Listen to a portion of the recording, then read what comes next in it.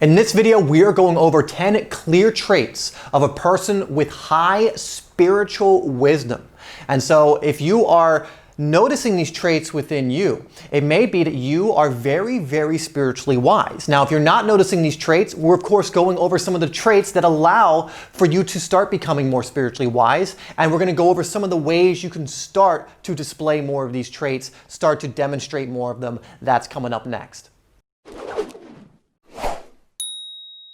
Hi there, my name is Dave and this is HeartSpace if you're new to the channel, where we are creating videos every single day from my heart to yours to help you live life in your way. So if that sounds good to you, hit that subscribe button and bell icon down below so you do not miss any of the videos that we release. Now again, I want to go over 10 signs, clear indications that someone has high spiritual wisdom. Because for people who are doing the work, who are actively aiming to raise their consciousness, who understand what they truly are, they will display certain personality traits. They will act in a certain way. Now, there's going to be variations to this, but here are some general things that you will notice in these people. Let's get into the very first one. So we're actually going to go in reverse order with number 10, and number 10 is actually the fifth agreement if you follow Toltec wisdom, and it's that spiritually wise people, they are skeptical, but learn to listen. Another way of saying this from someone I look up to is Tom Campbell, and he says, be an open-minded skeptic. It's very easy. A lot of us seem to have this idea that a spiritual person is just like, going like this all the time, going, and just accepting of absolutely everything. Is like, this is right, and that is right, and this is great. Even if it's abuse coming their way, even if it's, something similar that's negative, and to me, that's just kind of the wishy-washy, just expectation of what a spiritual person is supposed to look like, when in reality, spirituality shows up in many different forms, in many different ways. There is no one set way. But for someone who is spiritually wise, they tend to be open-minded skeptics. And that might not seem like it aligns. Skeptic. How can someone who's spiritual be a skeptic? Well, someone who is spiritual stays in their knowingness. This is something that's from Conversations with God. The God character is saying that you need to stay in your knowingness. You will intuitively know what is right for you. You will intuitively know what your truth is, what is good for you, what is bad for you, what you should move toward and what you shouldn't move toward. But a lot of us, because we feel like we're supposed to accept everything, we get pulled in a million different directions. Well, everyone's perspective is valid. That may be true, but it might not be the thing that serves you. And someone with high spiritual wisdom understands this. So they will say no to the things they understand will not serve them in their mission to grow their consciousness and perhaps teach that to other people and grow their consciousness. They will say no to those things and focus on the things they know are helping them to grow, are helping contribute to their lives in one way or another in positive ways, to focus on the things that are win-win-win situations. And so the way I see it, almost everyone who's spiritually wise has that level of discernment. To be open-minded, which means they're not closed off to new ideas because they're aware there might be an idea out there that would serve them more than the ideas they're currently operating from. But that doesn't mean they're going to accept everything into their belief system, into the way they see the world that comes their way. In fact, usually 99.9% of the things that will come their way, they will turn away and dismiss for themselves. And the reason for that is because usually a spiritually wise person who has thought long and hard, or I should say felt long and hard about what it is they actually believe and why they believe it. And so again, for me, a very spiritually wise person is an open-minded skeptic. They are skeptical, but they know how to listen. Number 9 is they are focused and consistent. Essentially, they have discipline. To do the work, to do the things that are going to raise your consciousness, to do the things that are going to help you show up as a, whatever we want to call a better person, or to connect to that which we really are, it does take a level of focus and consistency. For example, if you're not doing the meditations, if you're not doing the things that are in your heart, well then it is going to move you further and further away from being very spiritually aware, from being aligned, from being connected to source. And so if you're not doing the work, it's going to show up quite obviously in these teachers or in the people who say that they're doing these things. And so someone who has is spiritually aware is almost, doesn't have to be a master, but someone who is doing these things will be a certain way. They're doing the meditations automatically. It's habitual at this point. They're doing the things they know grow them, even if it's outside their comfort zone. They're doing the things that their intuition is leading them towards, and they are focused and consistent with these things. They know that these things are the most important things when it comes to what they're trying to do, which is, in this case, become more spiritually aware, grow in a spiritual way. Other ways as well, but grow in a spiritual way. Essentially, listen to their intuition and being focused and consistent on whatever that is leading them towards. Number 8 is a huge one, and it's they act out their wisdom. It's very easy to say things like, oh, go off and meditate, oh, go out and spend time in nature, oh, do this and do that.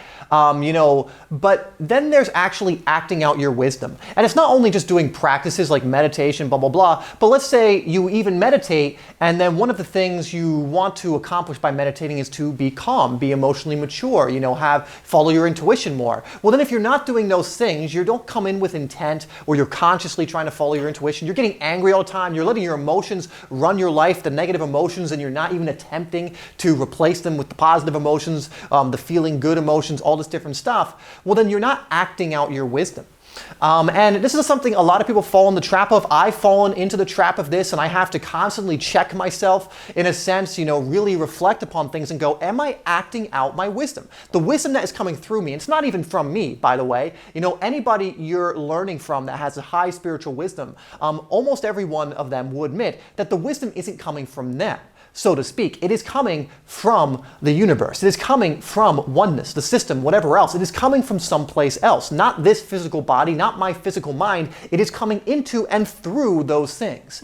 And so when these things are coming in and through, what's in my best interest is to act them out, is to express them in the physical world. But if you're not doing these things, it isn't going to impact your life too much. The whole process is not just the thinking, it's not just the speaking, not just the energy, but also the acting out of those things. And so people who have high levels of spiritual wisdom will act upon the wisdom. It could be as simple as doing the meditations, but also it could be as simple as they're able to forgive themselves and remove shame and guilt from their life. Things of that nature. It can really encompass a lot of different things, but they're acting out the wisdom, not just speaking about it, not just thinking about it, but also acting it out. Number 7 is they are compassionate. There are very few, if any, actually I can't think of a single one of someone I look up to in the sense because they're very spiritually wise and developed, that doesn't come from compassion, doesn't come from love. Most people doing this work are very, very loving. They're very warm. They're very compassionate. They aim to come from that level of emotion, not only understanding how much that will benefit them, but understanding how much more of an impact that will have on the world, the people around them, and the universe at large. And so people who are spiritually wise, they understand that. They understand that not only coming from a place of compassion and love and these higher levels of emotions helps them individually, but they understand by helping themselves individually in that way, they help the system. They help everyone around them. When you come from love, it not only influences you, it influences everyone else because we are all connected. The more people that are coming from a place of love and compassion, the more it influences other people to do the same. At our core, when you really kind of you chunk up, we are all connected to the same operating system, to the universe, to God, whatever you want to call it. We are one and the same. And when you're compassionate, when you're love and you understand this, you wouldn't be, a certain way towards others, understanding at the end of the day, they're actually you. They are one and the same as you. Now, this doesn't mean that there aren't blips, there aren't times when you'll be angry, react in a certain way, but most people who are spiritually wise are either, for the most part, acting from compassion or are aiming and doing things to get there, to remove the old conditioning that doesn't really allow for that too much of that, and to get their main operating system, their main subconscious beliefs, their main actions to be at that point. And if you look at a lot of these spiritually wise teachers, you'll notice a lot of them, you can almost feel the love coming off them. Number 6 is one of my favorites, and they focus on win-win-win situations. And this is something I learned from a mentor of mine named Kyle Cease. And he talks about, it's very possible, in fact, not only very possible, but beneficial for everyone to do this. He says a lot of people, like companies or people in general, go for win-lose-lose situations. Things that are a win for them, so it's a selfish thing that's a win for them. Maybe it's like, I get a lot of money, or whatever else it is. But then it's hurting other people and the universe at large. An example he gave was like a soft drink company. right? Now, it's a win for them because they think it's a win because, in fact, it's actually a lose, lose, lose in any of these situations. But from the perspective of the company, they think it's a win based on what their priorities are and what they consider important. But at the end of the day, what hurts humanity hurts all of us individually. But they think it's a win. So it's a win because they're making all of these profits. But then it's hurting the people who are drinking it because it's so unhealthy. It's causing disease. It's causing tooth decay. It's causing just all these terrible things. It's a loss also for the universe at large, the world at large, because then they're throwing away plastic bottles in the ocean. They're causing more sick people, which is causing the collective to be more sick. And so it's a lose, lose, lose situation. Spiritually wise people always try to stay within win, win, win situations. So what does that look like? That means it is a win for the individual person that's an expression of divinity, that's an expression of the universe individually coming about in this particular way. It is a win for them. It is a win for the people they are serving. So the immediate people around them, it might be their clients, it might be their audience, it might be, things of that nature. So a little smaller scale, but still larger than just the individual. So the kind of like the group, the organization, the team, whatever else it is, and who they're serving.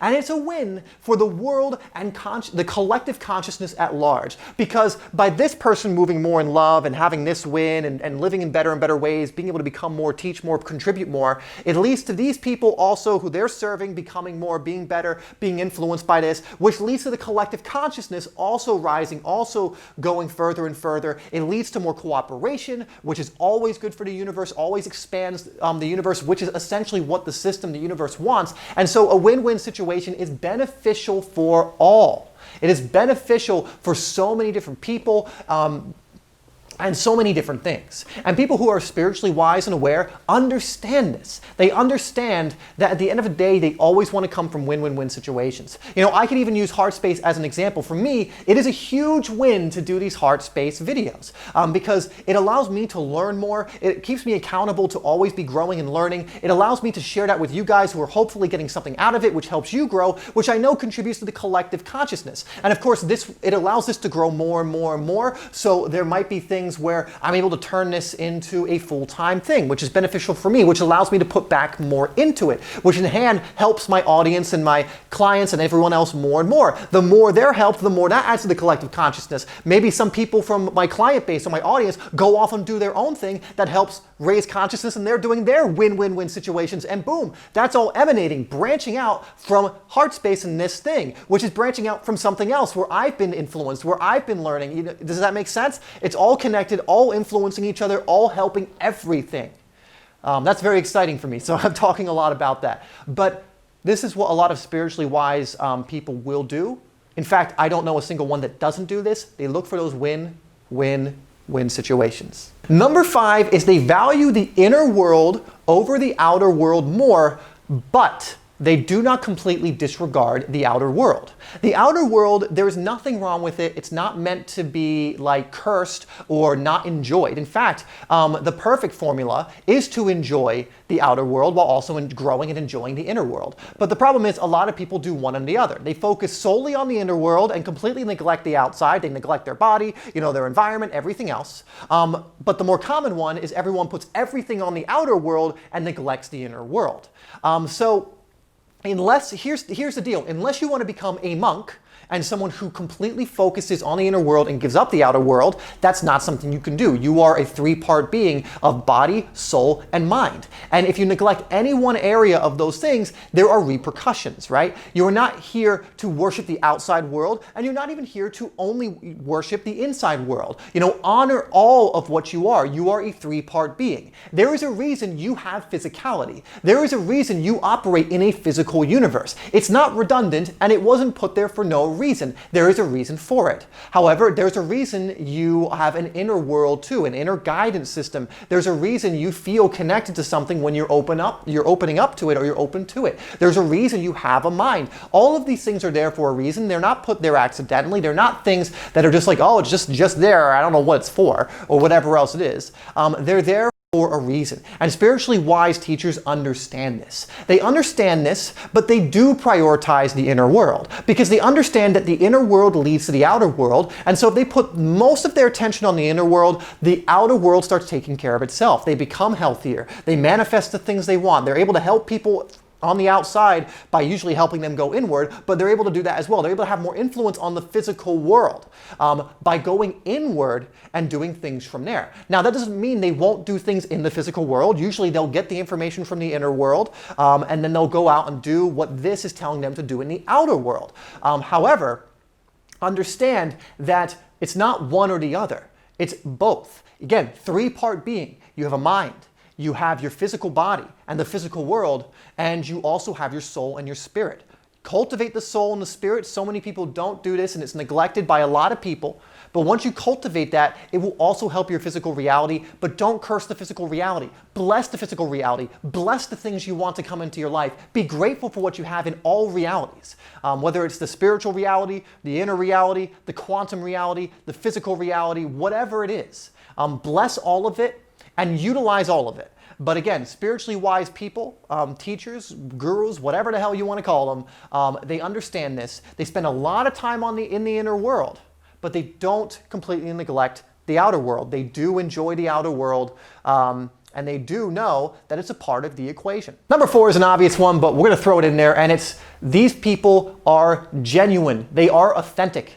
They understand that darkness cannot survive the light. When you are being genuine, when you are being authentic, you will not be fooled, you will not be misguided because you have your inner guidance system. You will stop listening to people outside of you who do not resonate, that do not connect with this inner guidance system. And when you're coming from your inner guidance system, your intuition, your heart, many different names for it. We don't need to get stuck on that. Whatever name you want to attribute to that, if you are following that, you will not be misguided and you will be more authentic and genuine because you are hooking into what you actually are. Not a mind-constructed label, not an identity that your mom, your dad, your friends, your school teachers gave you when you were a little kid that you're still operating now. If you come from here and listen to it and follow where your intuition is taking you, you will never be led astray and you will be more authentic than you could possibly imagine. Now, it takes work to get there, but people who are spiritually wise, again, are doing the work, and so more and more you will see the results in their life of doing this, of being authentic, of being genuine.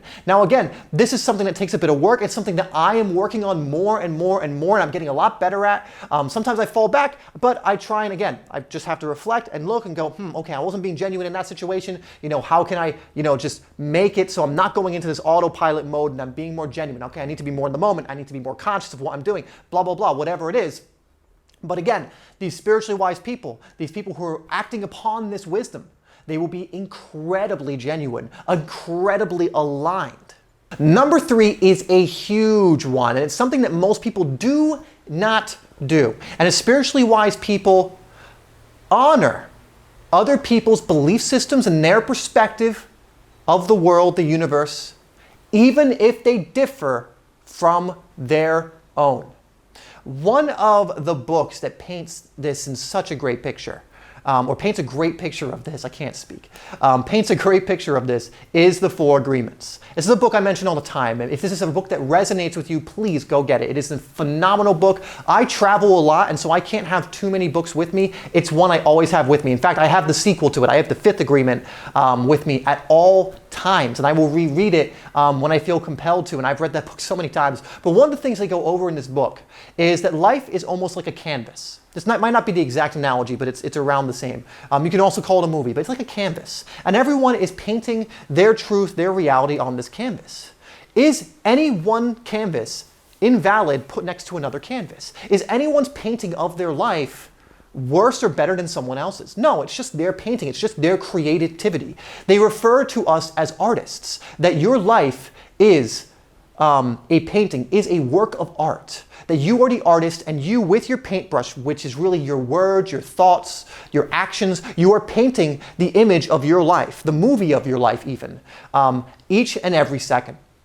And what they go over is no one's painting, no one's movie is more valid or invalid than anyone else's. Just because someone sees the world differently, experiences it differently, doesn't mean that yours is better or worse.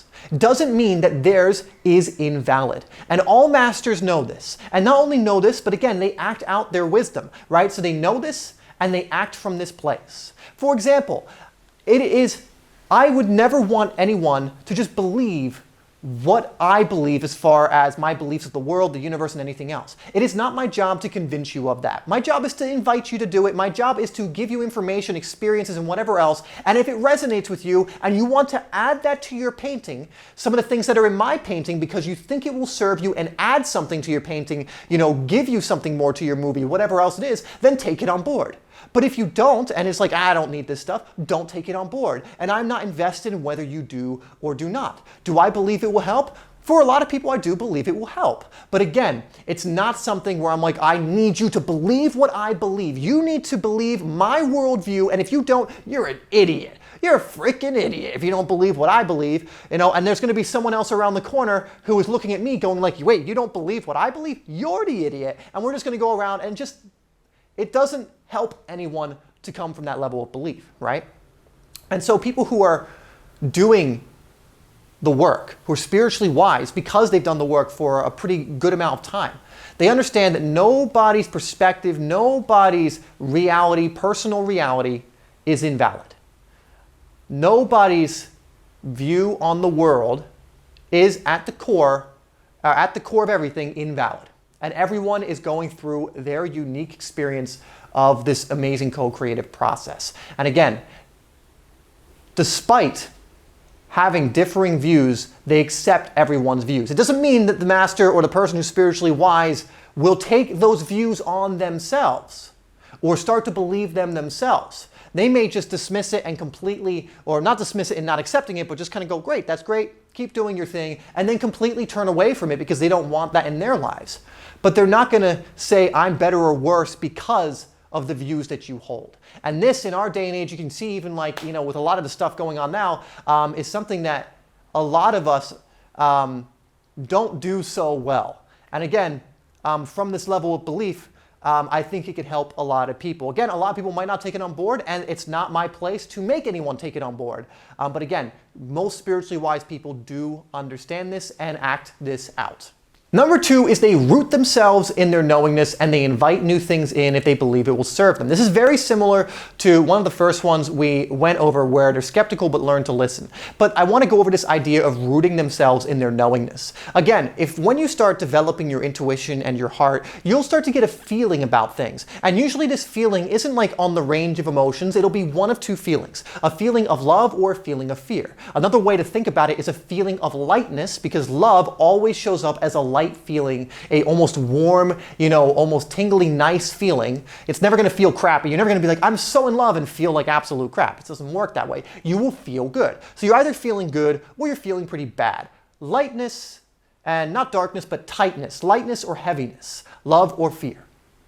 And what they understand in their knowingness is that they should always move towards the love. They may not even understand why the fear is showing up. And you don't need to know. You don't need to go down the rabbit hole and be like, why am I feeling this fear? I need to look, overthink this and think of every little reason for why I shouldn't do this. And, why this, because I feel like this might be a good idea, but I'm just feeling this fear, this heaviness and blah, blah, blah.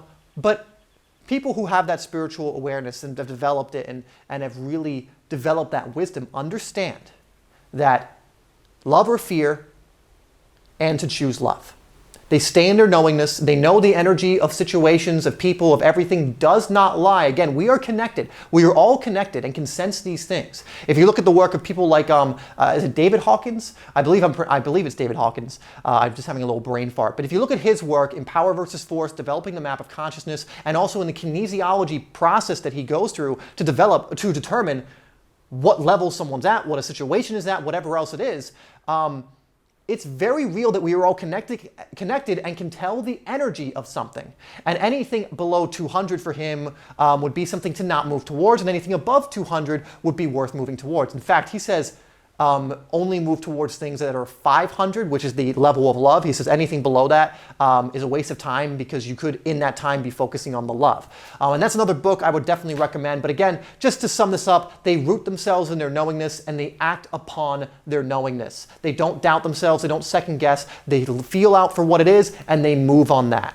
And number one is another big one, another one that a lot of people I observe do not consider, but I believe would definitely enhance so many people's lives if they followed this. And it's this idea of they follow and go out and experience things versus just knowing things. So essentially, they value experience versus knowledge, because let's understand what both of those are first. Knowledge is essentially just information. It's just information you might have read in a book. It's information you may have received from someone telling you something. It's just at the moment in its state, just something you know, right? Some information, and you believe that it's true or whatever else it is. But experience is going out and actually finding out for yourself how this thing applies to you. One of my mentors, again, Kyle Cease, goes over this so well, and he says it's like going into a gym and you have this personal trainer who's showing you the gym, and you ask about the treadmill, and he goes like, oh yeah, you can use the treadmill to get in really good shape, you can lose weight, you can do like